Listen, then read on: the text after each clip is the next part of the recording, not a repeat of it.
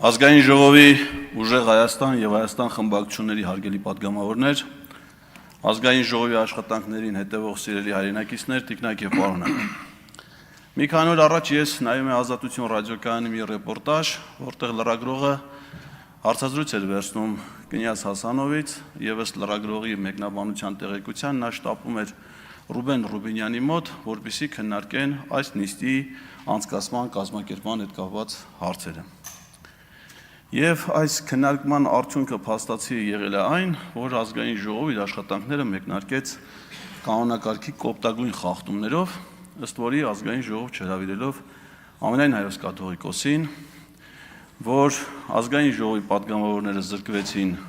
գրանցումից հետո եւ քվեարկություններից առաջ վարման կարգի վերաբերյալ խոսելու հնարավորությունից, որ ազգային ժողովի պատգամավորները զրկվեցին իրենց իսկ բառերով, իրենց իսկ խոսքով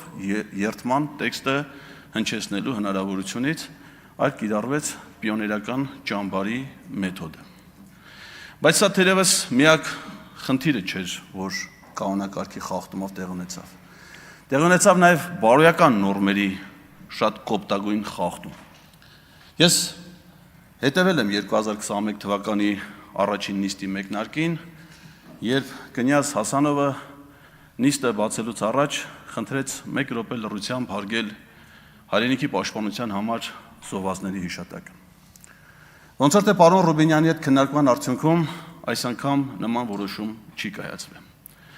Բայց լինելով հայ ժողովրդի ընտրյալ զավակներ եւ մեզանից յուրաքանչյուրը ներկայացնելով այստեղ ողջ ժողովրդին, մենք չենք կարող այդ խնդիրը թողնել Ռուբեն Ռուբինյանի կամ կնյազ Հասանովի հայեցողությանը։ Տիկնայք եւ պարոնայք, Հայաստանի Հանրապետության եւ Արցախի Հանրապետության ազատության, անկախության, հայրենիքի պաշտպանության, բոլոր պատերազմներում, բոլոր մարտական գործողությունների ժամանակ, ինչպես նաեւ հայրենիքի պաշտպանության բոլոր դրվագներում զոհված զինվորների, գեներալների, սպաների, երկրապահ կամավորականների, աշխարհազորայինների հիշատակի համար 9-րդ գումարման Հայաստանի Հանրապետության ազգային ժողովում հայտարարվում է լռության րոպե։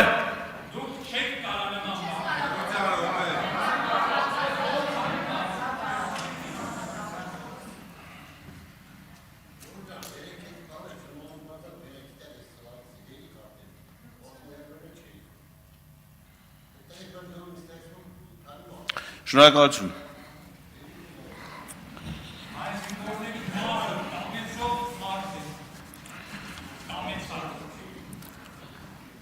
Իրավաբանության մեջ կա անկողմնակալ դիտորդ հասկացությունը։ Նա այն մարդն է, որը առանց շահերի հետևում է որևէ իրադարձությունների։ Եվ հիմա կարող է անկողմնակալ դիտորդի մոտ տպավորություն լինել, որ Հայաստանի ազգային ժողովում տեղի ունենում ազգային ժողովի նախագահի ընտրություն։ Բայց դա միայն միամիտ մարդկանց շրջանում, որովհետև նրանք, ովքեր հետևում են լրահոսին, քաղաքական եւ միջազգային իրադարձություններին, գիտեն, որ Թուրքիայի նախագահ Ռեջեփ Թայիփ Էրդողանի կողմից հատուկ հանձնարարություններով դեսպան նշանակված Սերդար Քլեչը Ռուբեն Ռուբինյանին ազգային ժողովի նախագահ ընտրվելու կապակցությամբ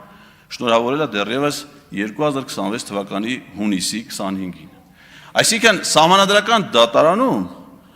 ազգային ժողովի ընտրությունների արդյունքները 7 քաղաքական ուժերի վիճարկման նիստից 1 օր առաջ։ Դա նշանակում է, որ Սերդար Քլեչի համար արդեն պարզ էր, թե սահմանադրական դատարանի որոշման արդյունքները, թե Ռուբինյանի ընտրության արդյունքները։ Որպես այս դահլիճում գտնվող միակ նախկին դեսպան, ասեմ ձեզ, որ դեսպանները հանրային խոսքում ինքնագործունեությամբ չեն զբաղվում։ Նրանք մշտապես արտահայտում են իրենց պետության ղեկավարի եւ կառավարության դիրքորոշումը։ Եվ ես տպավորություն ունեմ, որ հունիսի 7-ի ազգային ժողովի ընտրություններից հետո Ադրբեջանի եւ Թուրքիայի միջև Հայաստանում իշխանության վերահսկողության աշխատանքի որոշակի բաժանում է կատարվել։ Կառավարության ղեկավարումը վերապահելով Ադրբեջանին, Ազգային ժողովի ղեկավարումը վերապահելով Թուրքիային։ Ես ավելորդ չեմ համարում հիշեցնել, որ ընտրություններից հետո, երբ որ կենտրոնական ընտրական հանձնաժողովը պետք է հրապարակել ընտրությունների վերջնական արդյունքները, առաջին արտասահմանյան պատվիրակությունը, որ եղել է Հայաստանում, դա եղել է Ադրբեջանի նախագահ Իլհամ Ալիևի կողմից նշանակված իր օգնական անվտանգության հարցերով Հիկմետ Հաջիևի այցը Հայաստան, Տավուշի մարզ եւ հետաքրքիր զուգադիպությամբ այդ ժամանակ Տավուշի մարզում է գտնվել նաև Հայաստանի վարչապետ Նիկոլ Փաշինյանը, իհարկե պաշտոնական որևէ տեղեկություն չկա նրանց հանդիպման վերաբերյալ։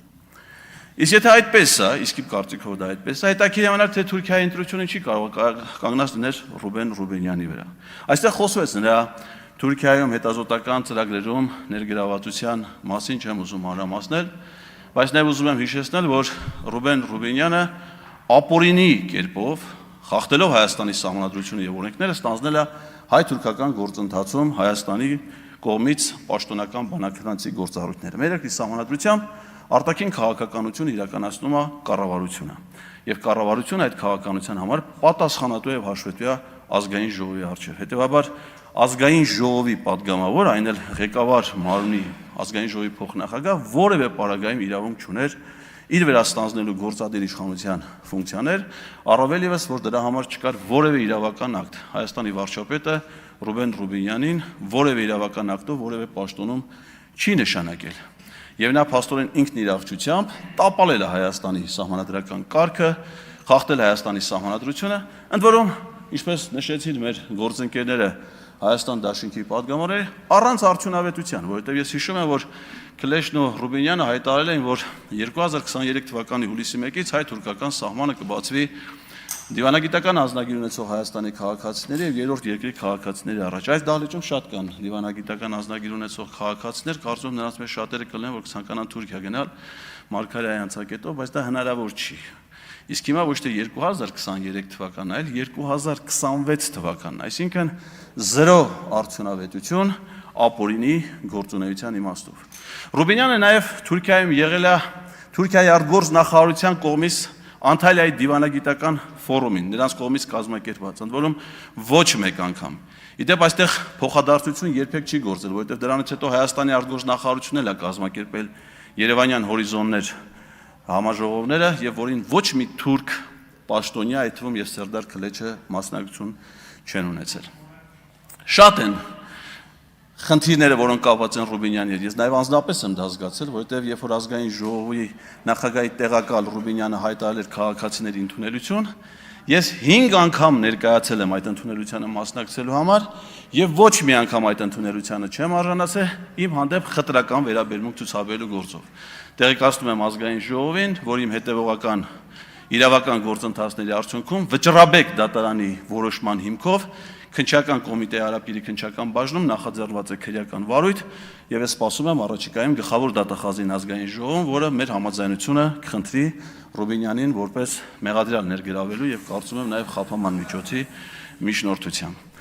Իսկ արդյոք մեր այսօրվա հերոսը չունի որևէ առավելություն իր կյանքի ընթացքում։ Ես գտել եմ նրա կյանքում մի կարևոր իրադարձություն, որը կարելի է առավելություն համարել։ Դա այն է, որ 2016 թվականին քաղաքացիական պայմանագիր կուսակցության կամավորական ջոկատի կազմում նա եղել է ապրիլյան պատերազմի մայիսյան մասնակից։ Եվ մեկնել է Արցախ, հաշվառված է եղել Արցախի պաշտպանության բանակի Մարտակերտի ուղղությամբ տեղակայված զորամասերից մեկում եւ հայկական բանակի համազգեստով զինված կերպով իրականացրել է մարտական առաջադրանք։ Ես կարծում եմ, որ այդ ժամանակ երիտասարդ Ռուբեն Ռուբենյանը դարել է հայրենասերական մղումներից դրդված եւ դա շատ գնահատելի արարք է ցանկացած մեկի կողմից կամավորագրվել հայրենիքի պաշտպանությանը անկախ մարտական գործողությունների ինտենսիվությունից կամ ժամկետներից։ Բայց պարզվում է, որ Ռուբենյանը նսեմացրել է իր այդ իմ կարծիքով սխրանքը եւ նվիրական ծառայությունը, որովհետեւ նա այն տարածքը, որտեղ իրականացրել է մարտական առաջադրանք, հիմա համարում է ադրբեջանական տարածք դեռևս 1991 թվականից։ Այստեղ խնդիր է առաջանում, մարդ ով ուզում է դառնալ Հայաստանի ազգային ժողովի նախագահ, նա ռազմական հանցագործ է, թե պետական դավաճան։ Որովհետև եթե նա իր ծառայության վայրը, որտեղ համարել է հայրենիք ու պաշտպանել է դա, հիմա համարում է ադրբեջանական տարածք, դա դավաճանություն է։ Վերջացրեք, պարոն Ղազարյան։ Շնորհակալություն։ Ելույթի համար ձայնը դրվում է